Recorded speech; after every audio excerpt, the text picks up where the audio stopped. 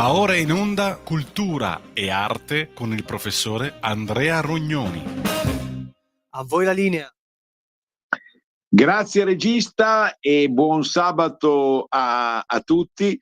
Oggi a Milano, non voglio fare subito il milanese, ci mancherebbe altro, però è festa perché è Sant'Ambrogio, ma Sant'Ambrogio che la vedeva lunga per tantissimi motivi, amava dialogare diciamo anche con chi veniva o stava in luoghi non lontanissimi, ma sicuramente insomma non in Lombardia. È la volta per noi di un dialogo, di un contatto con chi?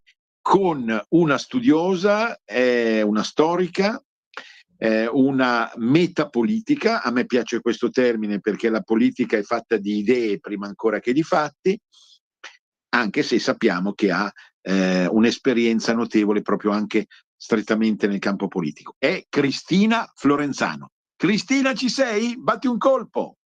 Buongiorno, sì, ci sono. Buon sabato a tutti voi. Benissimo.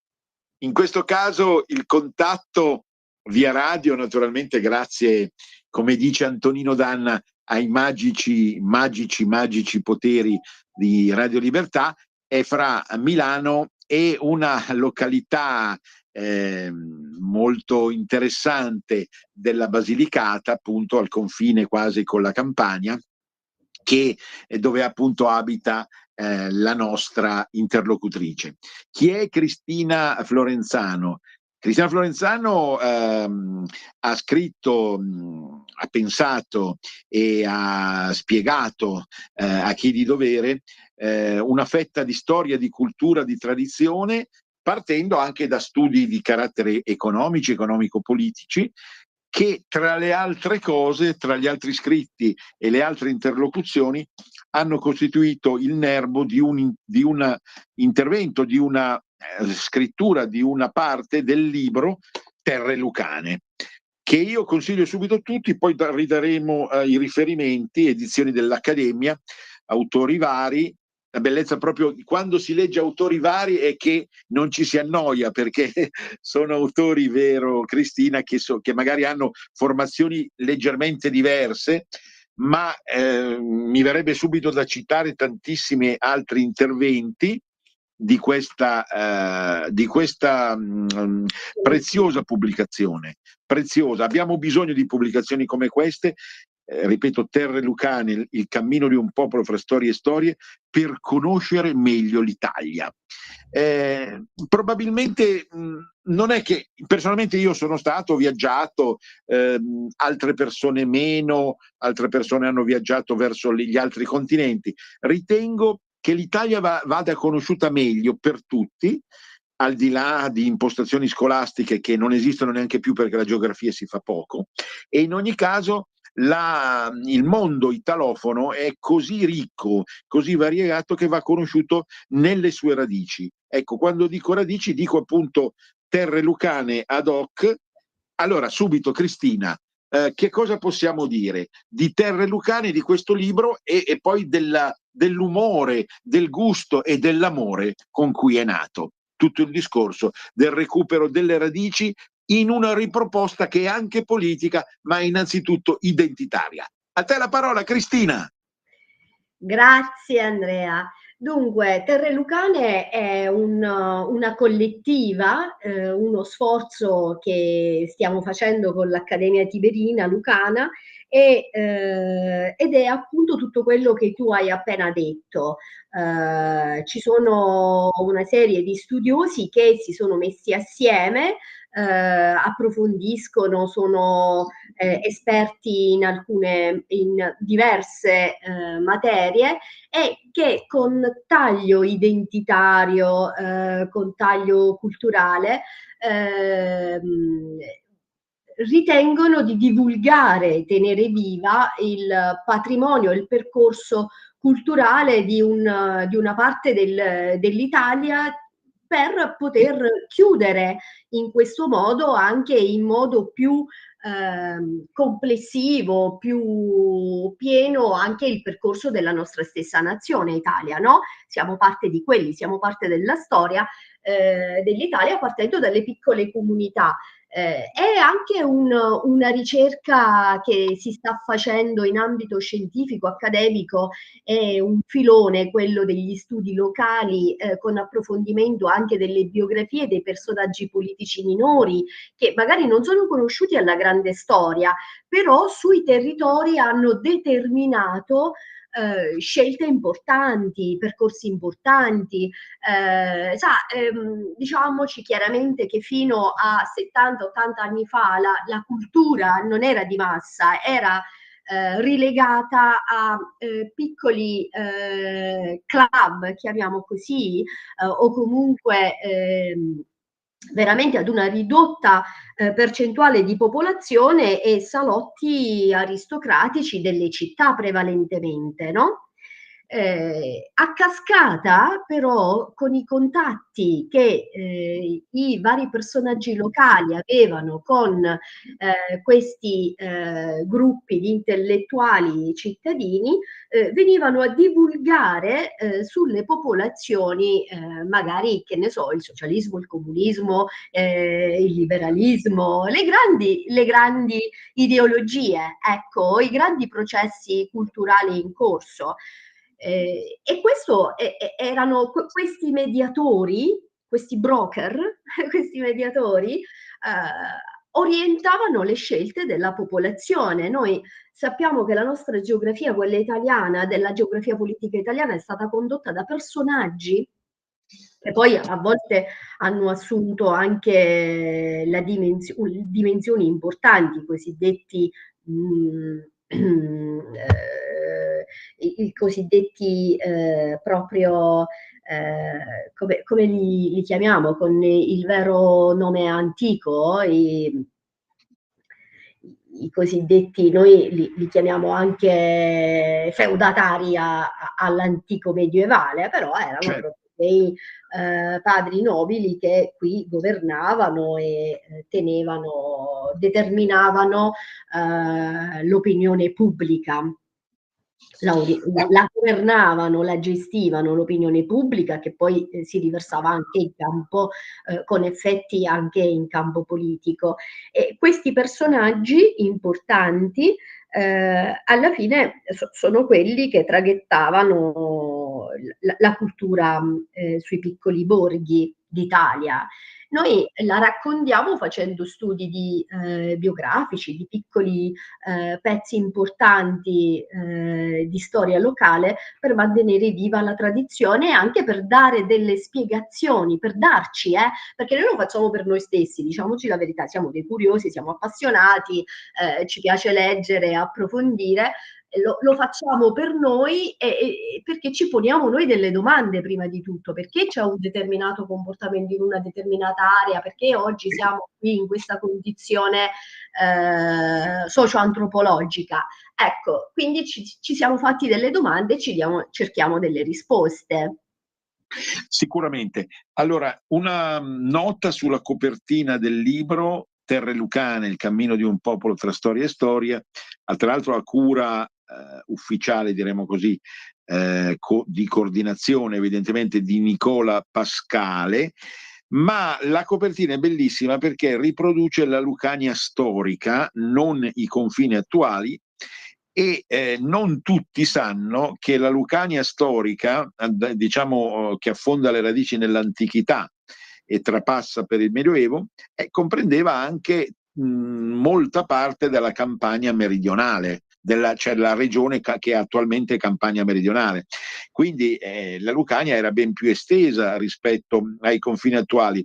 Di estremo fascino questa mappa in copertina perché riproduce proprio dei confini anche legati o ai fiumi o ai monti, e ovviamente a ovest al mar Tirreno. Per esempio l'antica famosissima città di Elea greca e poi Veglia romana, che è ancora oggi visitabile attraverso un parco archeologico, faceva parte della Lucania. Quindi una grande terra molto più estesa che raccoglieva tesori in sé di tantissimo valore storico-culturale, medico, perché ci fu perfino una scuola medica proprio a Veglia e Lea, ma di questo casomai riparleremo dopo. Adesso volevo arrivare al suo contributo, di cui lei dava già cenni generali. Il contributo si intitola e si trova a pagina 161, poi ridaremo le coordinate, sulle precondizioni dello sviluppo democratico di Basilicata, le origini della tecnocrazia.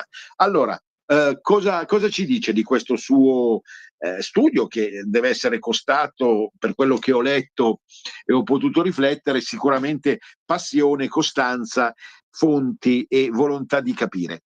Allora, Cristina, cosa ci racconta?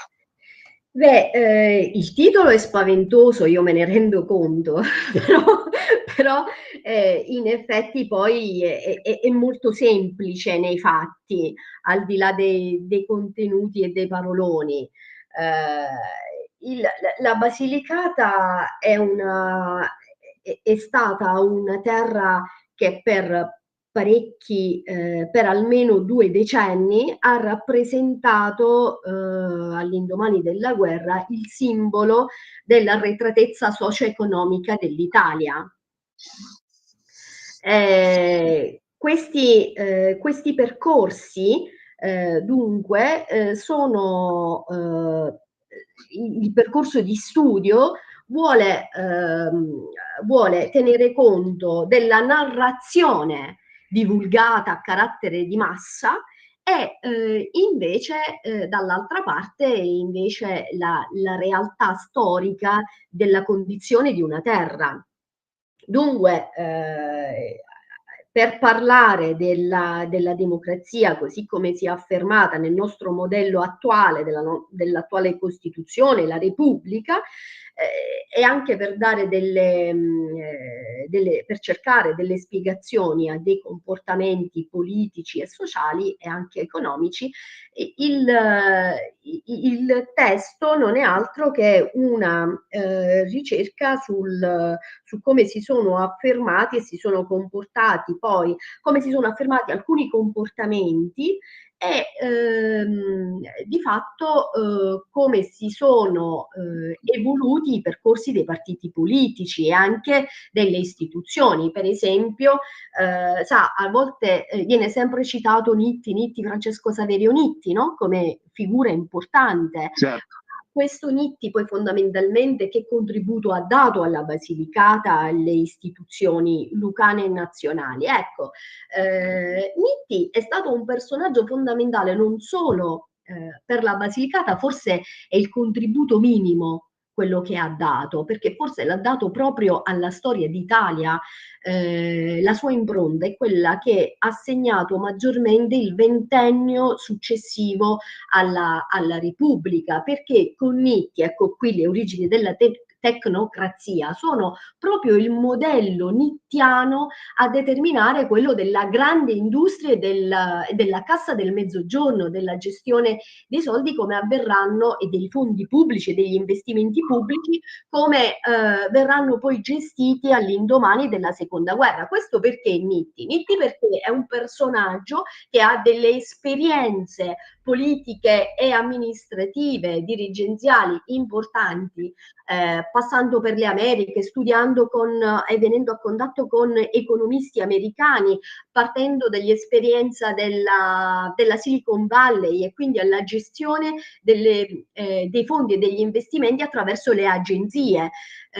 Tutta la classe dirigente dei grandi complessi tipo l'IRI e anche la stessa Svimez, come è stata costruita nel post-guerra, tutti i grandi economisti italiani che hanno gestito il miracolo economico italiano e gli investimenti pubblici, arrivando fino alla programmazione economica, ecco, quelli partono dal modello nittiano.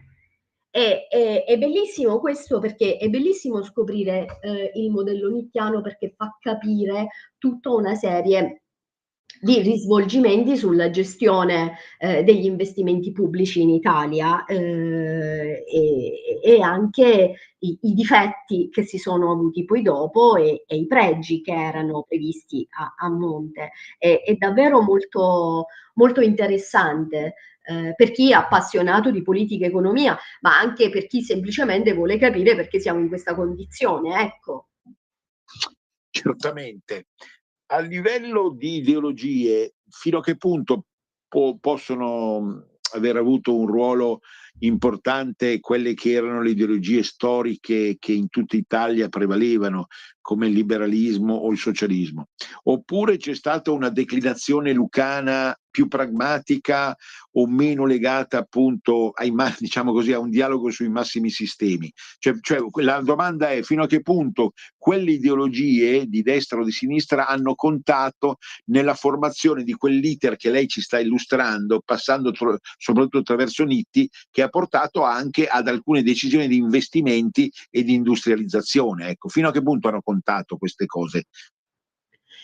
Dunque, naturalmente io parlo secondo la mia visione di oggi con le mie esperienze avute finora, ecco. Certo. Quindi il mio è la mia è un'opinione che si è formata anche sulla base delle esperienze personali.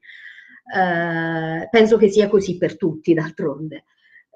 Io oggi ritengo che le destre, osservando i percorsi politici, destra e sinistra siano solo delle etichette utilizzate per divulgare dei macromondi a livello popolare, come se fossero stati dei brand, ecco, per parlarci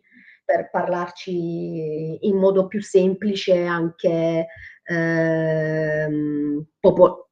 potabile, diciamo così, in modo più digeribile, siano stati fondamentalmente solo dei brand, che però nascondevano delle vere ideologie che sono stati determinanti, che sono la scuola proprio del liberalismo e poi del socialismo fondamentalmente.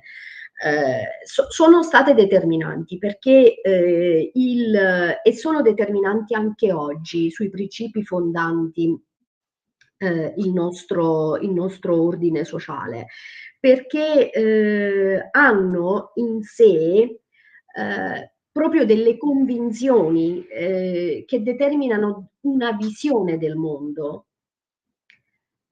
Il liberalismo è determinante anche oggi e che sembra come è che è appannaggio di un'élite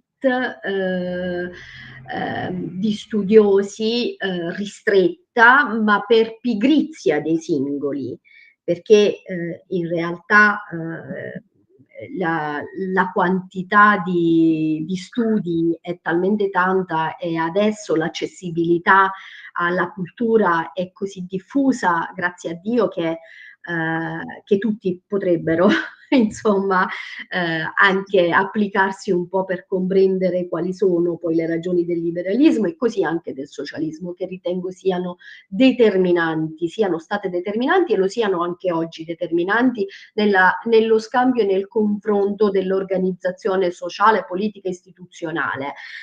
Io dico solo questo per spiegare quanto voglio dire e per riportarlo ad una pratica, proprio ad un esempio pratico di vita. Il liberalismo è quello che, quando abbiamo distinto tra all'interno della nostra Costituzione, ma anche a livello sociale, abbiamo distinto tra nobili e o meno, su quando abbiamo deciso che, scrivendo sulla Costituzione, che la sovranità è del popolo e non di una ristretta, e non della nobiltà, diciamo così, dell'aristocrazia, e quindi su un gruppo ristretto, in realtà si arrovellava per 200-300 anni, ma già questo in Inghilterra, mica solo in Italia, a partire dalla controrivoluzione inglese del 1600, di fine 600, era quello che diceva sì, ma il diritto, la Costituzione la fondiamo noi nel momento in cui come popolo ci riuniamo e ci diamo la legge, oppure è frutto di un'eredità costruita? Mi sono spiegata, Andrea? Cioè, Certo. perché se è frutto di coloro che hanno combattuto, che avevano una tradizione, che per tradizione hanno portato a determinate norme e determinati valori, allora non possiamo dire che è una legge che si origina dalla grande assemblea di un popolo. Cioè è la differenza tra la Costituzione inglese e la Costituzione francese, o quella per dire, perché in Inghilterra ancora c'è il re e c'è l'aristocrazia? Perché loro si fondano su una sovranità. Dice no, la nazione inglese è frutto del lavoro che hanno condotto queste classi sociali. Invece con la rivoluzione francese si è azzerato tutto e noi abbiamo preso quell'eredità e si è detto no, il popolo riunito ha rifondato con una nuova legge le origini delle basi dello Stato e dell'organizzazione sociale. Dunque, è qui che poi ci si è arrovellati per secoli per capire se bisognava mettere o meno, perché stava lì a capire se entrava con pieni diritti civili, sociali e politici pure il popolo o meno, o quali classi del popolo, perché fondamentalmente poi alcune classi avevano dei privilegi e altre no. Assolutamente. Ecco, in questo impasto complessivo e più universale, sicuramente ha giocato, nel caso italiano appunto, una serie di problemi che conosciamo tutti dalla fondazione del Regno attraverso fino Ottocento, lo sviluppo del liberalismo alla Giolitti e successivamente il fascismo, però ha giocato anche sempre questo rapporto piuttosto complesso, contorto, non facile, fra nord e sud. Ecco, tutto il caso Lucano, la domanda è questa, che ruolo ha giocato il caso Lucano anche attraverso i suoi esponenti, ma attraverso tutta una serie di comportamenti economici, economico-politico-culturali all'interno del meridionalismo, cioè di un movimento diffuso che aveva le sue sacrosante ragioni nel riuscire a rivendicare una certa identità e un ruolo più forte all'interno dello stesso Stato. Ecco, cioè, cerchiamo di capirci su questo perché appunto visto da nord il caso Lucano è chiaro che appare meno decifrabile magari del caso Veneto o del caso Toscano, ecco perché dici, Cristina. Sì, guardi, in effetti il caso Veneto è molto simile a quello lucano, cioè le basi di partenza sono state le stesse, poi hanno preso, hanno prodotto risvolti diversi. La Basilicata in questo caso sembra proprio sia stato la base ideale, un laboratorio ideale di un progetto pilota. Ecco, forse per le dimensioni ridotte geografiche, che poi non sono tanto ridotte quelle geografiche, ma demografiche sì. Alla fine la Basilicata conta scarsi 600.000 abitanti sulla carta, poi di fatto dico io a transitare quotidianamente sul territorio lucano siamo 300.000 forse. Molti lavorano fuori, conservano le residenze, tanti sono all'estero, la piaga dell'emigrazione la conosciamo tutti, la prima, la seconda, adesso c'è la terza in corso. Dicevo, sembra sia stato un progetto pilota ideale che ha creato il modellino che poi è stato applicato su tutta Italia. Ecco. Innanzitutto il modello tecnocratico, la tecnocrazia, cioè i dirigenti tecnici, dirigenti che poi hanno gestito attraverso le agenzie e i fondi.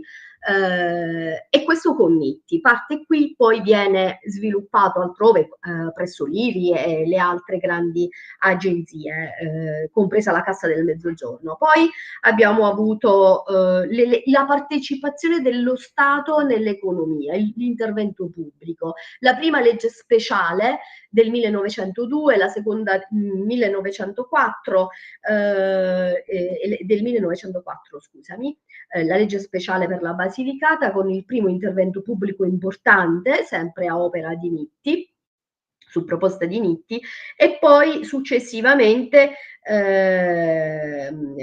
con gli interventi che poi fu fatta quella su Napoli, la legge speciale su Napoli, dopo sul modello lucano, e poi successivamente c'è stata l'interruzione, ecco, appunto del fascismo, che viene trattato sempre un po' a parte, e quindi si riprende successivamente in Basilicata, ma ovunque, proprio il modello che era stato lasciato negli anni 20-21, e con quei percorsi si rimettono in piedi. Quindi diventa determinante i piccoli personaggi lucani hanno poi ruoli importanti nei ministeri romani. Qui c'è tutto un percorso che va dal fine proprio dall'unità d'Italia alla prima Repubblica, dove ci sono personaggi lucani che hanno ruoli importanti e che comunque restano sui ministeri anche per 30 anni, a svolgere e occupare la poltrona di deputato, senatore e spesso ministro. Vabbè, uno per tutti cito Colombo. Abbiamo è la rappresentazione simbolica di tutti, però se andiamo prima della Repubblica, la Cava è stato un senatore italiano, 4 volte ministro, c'è stato per oltre 40 anni. No, non stiamo parlando, insomma, di personaggi poi così piccoli o così poco influenti. La Basilicata nel suo piccolo riesce a sperimentare dei modelli che poi sono applicati ovunque. Quindi diciamo che anticipa quello, io lo dico sempre, quello che succede qui in Basilicata poi lo vediamo dopo 5-10 anni in Italia, dal punto di vista istituzionale e politico-partitico. Certo, interessantissima questa puntualizzazione. Siamo al break, c'è un breve break di circa 1 minuto e mezzo e dopo riprendiamo. A dopo! A dopo. Un nuovo modo per sostenere la tua radio. Visita radiolibertà.net. Ti basta un click e potrai versare il tuo contributo volontario direttamente online. Potrai donare con ogni tipo di carta di credito, anche prepagata. Ti aspettiamo online su radiolibertà.net. Sostieni la tua radio con il tuo contributo volontario. Radio Libertà. La tua radio. Diamo voce alla nostra gente.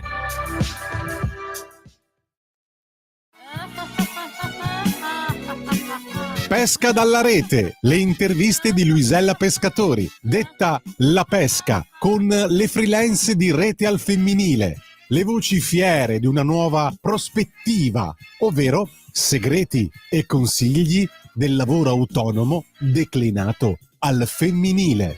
Ogni mercoledì alle 15:30 su Radio Libertà, la tua radio.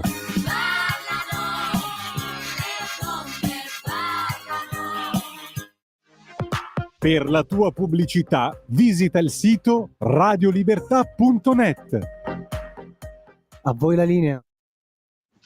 Eccoci nuovamente in diretta, siamo in contatto telefonico WhatsApp, lo possiamo dire, che bello è usare WhatsApp senza condannarla stavolta, cioè vedendone anche i vantaggi, con Cristina Florenzano, una studiosa, metapolitica, economista, che sicuramente sta facendo tantissimo per la sua terra. Volevo dire, Cristina, io negli ultimi 5-10 anni ho avuto modo di viaggiare al sud e di visitare anche la Basilicata e la Lucania, nel senso anche le terre così che sono sotto la Campania ma che sono di origine lucana. Mi sono ritrovato delle città affascinanti, turisticamente molto evolute. Parlo soprattutto di Matera, che è stata anche al centro dell'attenzione mondiale per tutta una serie di motivi e che quindi sta sicuramente dando un contributo enorme all'immagine positiva della regione, ma anche Potenza, che ho trovato una città moderna, arroccata su un plafond, diciamo così, di centro storico molto interessante, ma sempre viva e vivacissima. Devo dire, sono stato colpito, non riesco a nasconderlo, perché sono stato colpito da un triestino che ho incontrato nella piazza Maggiore di Potenza, che dice: io vivo qui da 30 anni, mi trovo benissimo. Alla faccia di chi pensa che al sud non ci siano così tutti i vantaggi, ecco, tutte le belle cose che ci sono al nord. Ecco, in realtà, diciamo, specie chi come me ha insegnato e viene da un certo tipo di cultura letteraria, filosofico-letteraria, la lettura di Cristo si è fermato a Eboli ci aveva un po' tutti traumatizzato. Ma siamo ai tempi del fascismo. Cristo si è fermato a Eboli, diceva Carlo Levi, perché in fondo la Basilicata è rimasta indietro. Ma quanti passi da gigante che sono stati fatti rispetto a Carlo Levi, naturalmente. E questo evidentemente non deve che rendervi orgogliosi, alla luce poi di uno sviluppo generale, certo, come si diceva prima sull'Italia, però insomma riflettendo sul fatto che per tutta una serie di fattori e di situazioni c'è un orgoglio maggiore, no? O sbaglio, Cristina?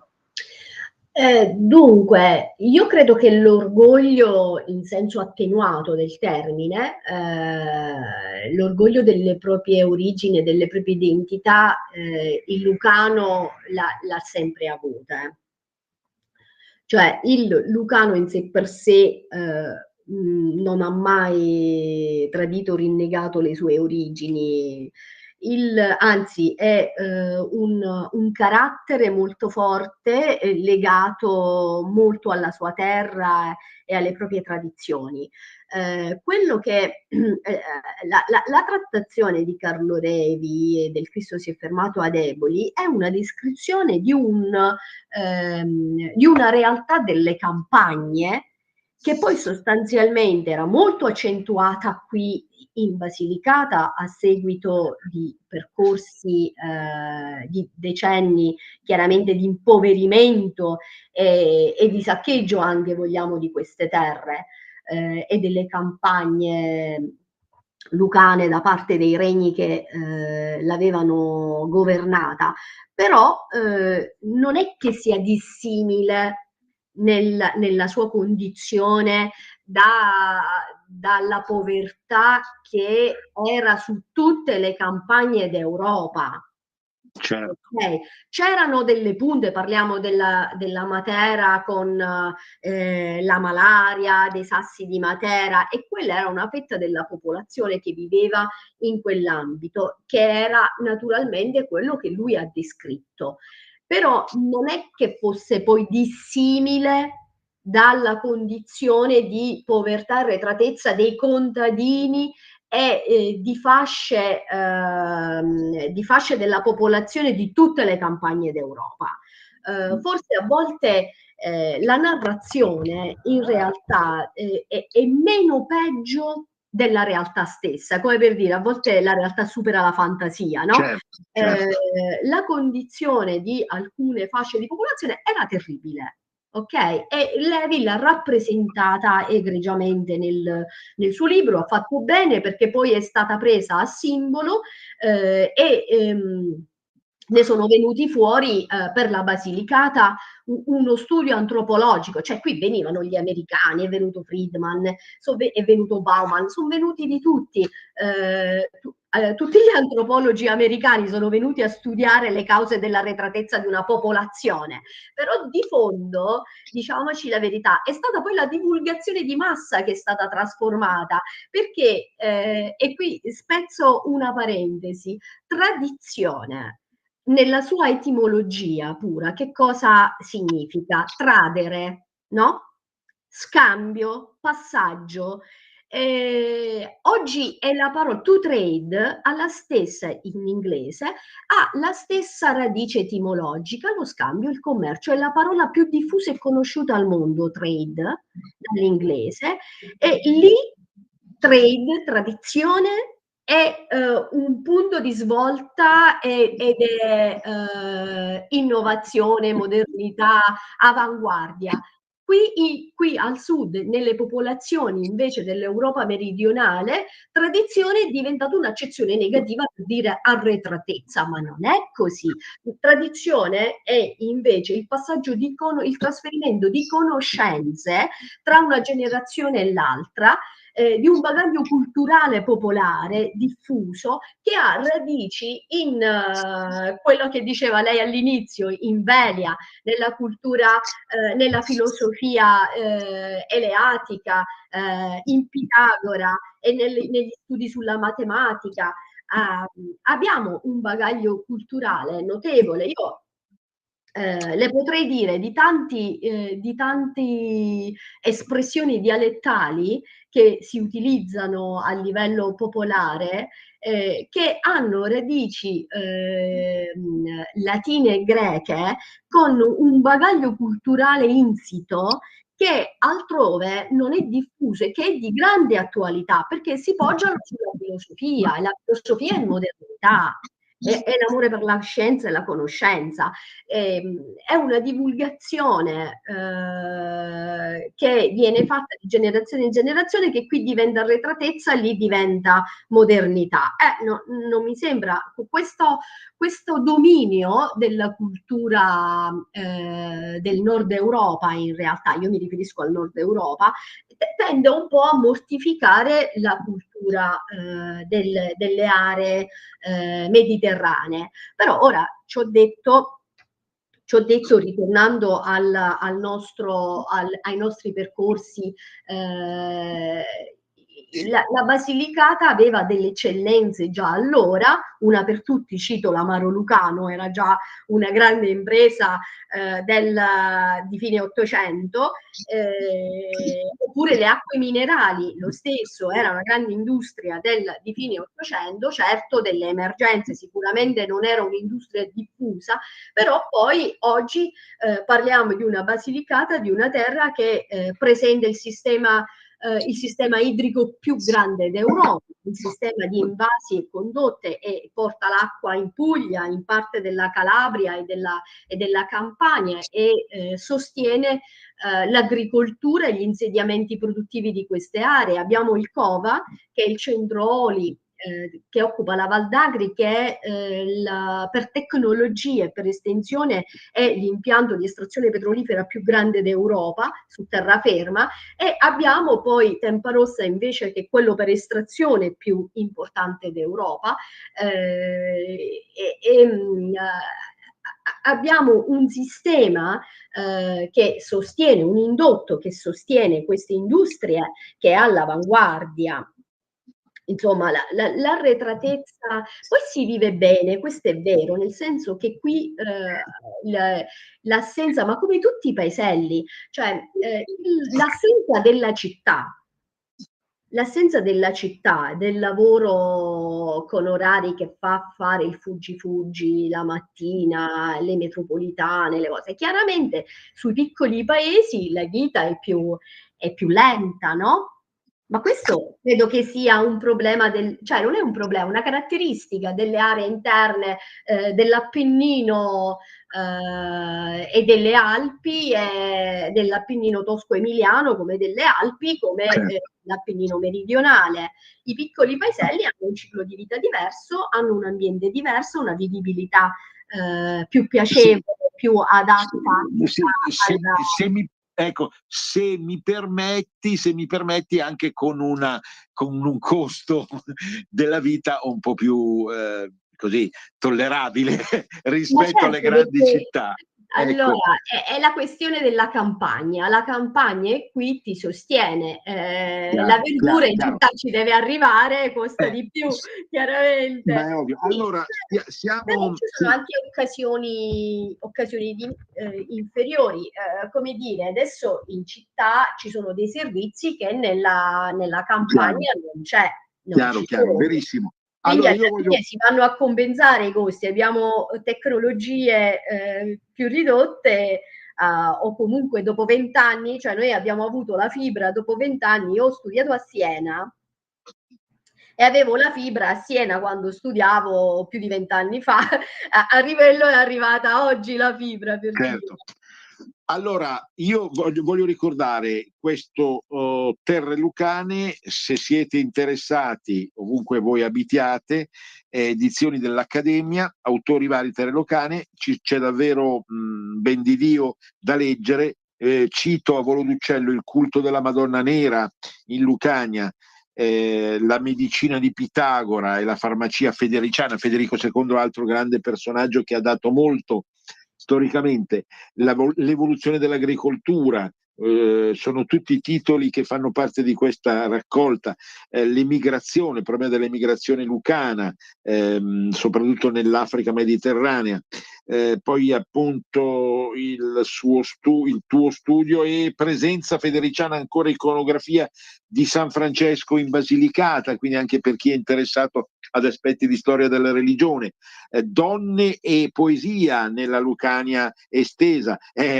Isabella Morra, diciamo, vince su tutte. La prima grande poetessa europea, signori, è nata in Lucania. Pochi lo sanno o vogliono saperlo ricordare. Il culto di Santa Sofia, la sua diffusione in Lucania, poi ancora il coraggio di esistere, la via del grano, dal Sele alla Bradano, il problema qui poi dell'acquedotto del Sele, da Eboli a Matera, e ancora il monachesimo bizantino nella Val d'Agri, oppure la zona del Pollino nel mio Pollino, cioè la montagna diciamo più a sud della regione. Quindi Terre Lucane, edizioni dell'Accademia, chiedetelo al vostro libraio. Un'ultima domanda che non deve sembrare sfiziosa o maliziosa.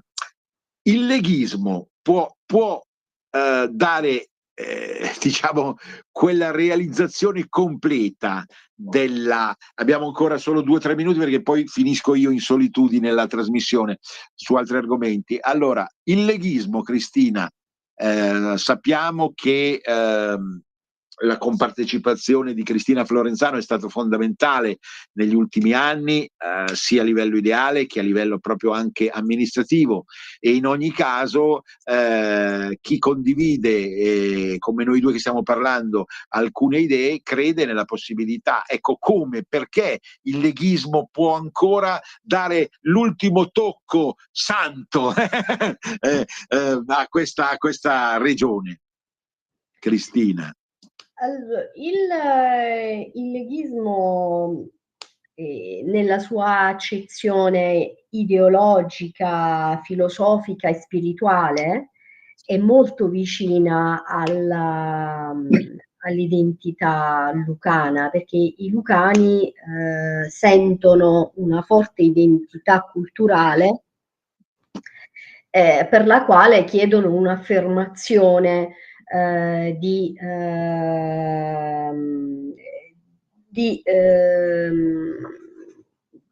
un'affermazione identitaria e di diritti che si vedono mancati. Quindi da questo punto di vista io avevo fatto anche un articolo sulla cittadinanza diseguale, l'assenza di alcuni diritti di cittadinanza e servizi di cittadinanza in questa regione spingono molto a un recupero identitario e, se vuole, anche federalista, perché la regione, a fronte del dare in risorse energetiche, in risorse ambientali alla nazione Italia, vorrebbe avere di contro un ristoro in termini di servizi adeguati, non essenziali. Da questo punto di vista, quindi anche proprio dei LEP, non dei servizi, dei livelli essenziali di prestazioni, ma dei livelli adeguati di prestazioni. Quindi il concetto della difesa dell'identità e anche del territorio e dei servizi al territorio qui è sentita, ed è la stessa che è sentita nelle popolazioni del Veneto, della Lombardia, ma penso anche delle altre regioni. La questione è portare a un equilibrio che magari il percorso federale può sicuramente dare risposte, conservando, erogando servizi adeguati e conservando identità culturali. Assolutamente, grazie, ci salutiamo qui, io poi ho gli ultimi 10 minuti e grazie infinite, avremo sicuramente modo di risentirci e magari appunto ancora attraverso le nostre onde. Che cosa dire? La mia battuta è: di solito Venezia risorga, risorga Venezia, in questo caso è risorga la Lucania risorga. Se ci sono persone come Cristina che sono pronte, ancora giovani, ancora baldanzose e ma munite di una cultura, senza la cultura non si può arrivare da nessuna parte, allora viva davvero la possibilità di riuscire a risolvere i problemi che rimangono. Grazie ancora, a risentirci Cristina, a risentirci. Grazie a te. È in preparazione il nuovo volume, ci risentiremo volentieri. Ci risentiremo, certo, sicuramente. Ecco, Arrivederci, allora, ciao, buon sabato, buona domenica. Grazie mille. Eccoci, ecco, allora io volevo parlare in questi ultimi minuti di trasmissione di un'altra formazione politica che sono i Fratelli d'Italia. Perché? Strano che si parli di politica nella mia trasmissione, però c'è un evento culturale che si chiama Atreju 2024. Dall'8 dicembre al 15 dicembre, quindi nella settimana quasi centrale di tutto l'avvento prenatalizio, è stata programmata l'ennesima festa di Atreju. È una festa culturale. Io auspico, senza usare nessuna forma di ansia, ma nella convinzione che lo si possa fare, una festa eminentemente culturale anche della Lega per Salvini. Le feste culturali non sono delle feste politiche. Si invitano dei personaggi che parlano di cultura. Come sapete, Atreju c'è da molti anni ed è ispirato a un personaggio della storia infinita di Ende, quindi di un romanzo che è stato assurto da parte diciamo di questa compagine politica come emblematico di un mondo nuovo da costruire attraverso una sorta di rivoluzione conservatrice. Parlare di cultura, di movimenti ai quali magari insomma, usiamo questo eufemismo, non tutti gli ascoltatori di questa radio aderiscono, non deve sembrare né uno sfizio, né un capriccio, né un ammiccamento e neppure un'irrisione. Penso che Atreju sia una festa culturale, diciamo, ubicata in una città che non se lo merita, Roma, però lì ubicata per adesso sarebbe bello che, così vista dall'esterno la faccenda, si muovesse in altre città italiane. Però sappiamo che questa festa, in questa festa sono stati invitati personaggi anche della sinistra come Conte e Bertinotti a parlare di cultura. Poi ci sono tantissime conferenze, tantissimi spunti, performance anche di ambito letterario, culturale, filosofico o artistico, e in ogni caso appartengono a una dimensione di costruzione e di progetto di una cultura fondamentalmente alternativa a quella che purtroppo negli ultimi 50 anni, non senza sintomi di asfissia, ha dominato in Italia, quello della sinistra appunto con la cappa prevalente, per capirci. Io ho sentito su un'altra radio, che non cito, un commento del giornalista Stefano Feltri, che è già direttore del giornale Domani, che ha sanzionato con sicumera, ha sanzionato il fatto che secondo lui appunto questa festa ha fallito, perché, e fallirà ancora questa volta, perché quel mondo lì non è riuscito a scalzare la cultura vera, che poi sarebbe quella ovviamente che conosciamo, ecco, ispirata al dirittualismo, al meticismo, al mondialismo, eccetera, eccetera. Stefano Feltri è stato molto duro e ha detto che in 2 anni, se c'era un progetto di cultura in quella parte politica, è completamente fallita. Non sono d'accordo con Stefano Feltri per un motivo principale. Non è semplice scalzare, esorcizzare una cultura che tanti danni ha fatto in Italia, da nord a sud, diciamo col bollino rosso, quella cultura col bollino rosso, no?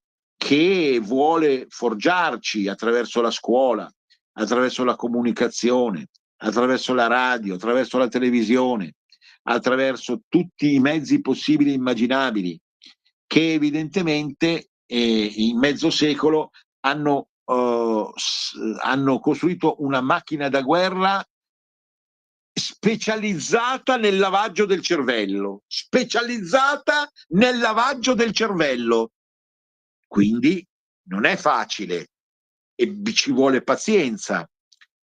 Sicuramente una festa culturale, non so con quale nome, ispirata al leghismo migliore, che è sicuramente quello liberale e liberal comunitario, ecco, batterebbe Atreju, ne sono convinto. Però, visto che per ora abbiamo solo Atreju, noi non possiamo riuscire a vedere, oltre che i tanti difetti che ci sono, perché certamente noi non ci sentiamo eredi di una cultura nazionalista, siamo al massimo sovranisti, come diceva prima Cristina, però ecco, a fronte dei difetti che ci sono, non ce la sentiamo di dire, come sostiene Stefano Feltri, che Atreju, il Moloch di Atreju, ha costituito un fallimento. Ovviamente è una elaborazione paziente e una stessa collaborazione, no? Inter pares, no? Fra la cultura leghista e la cultura fratellitalista è doverosa e auspicabile, nella misura in cui però si riconoscano bene i ruoli, che sono diversi eppur fondanti e decisivi, perché già lo diceva Cristina pochi minuti fa, solo il federalismo, solo un'Italia federale può costruire un futuro degno, ecco, di questo Stato che ha avuto già tanti travagli e tanti problemi in 160 anni a partire dalla sua nascita. Siamo alla conclusione.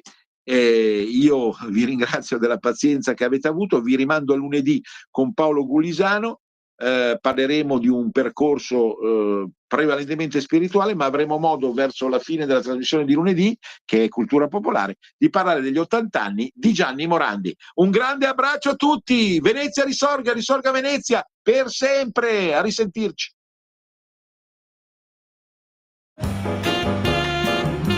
Avete ascoltato Cultura e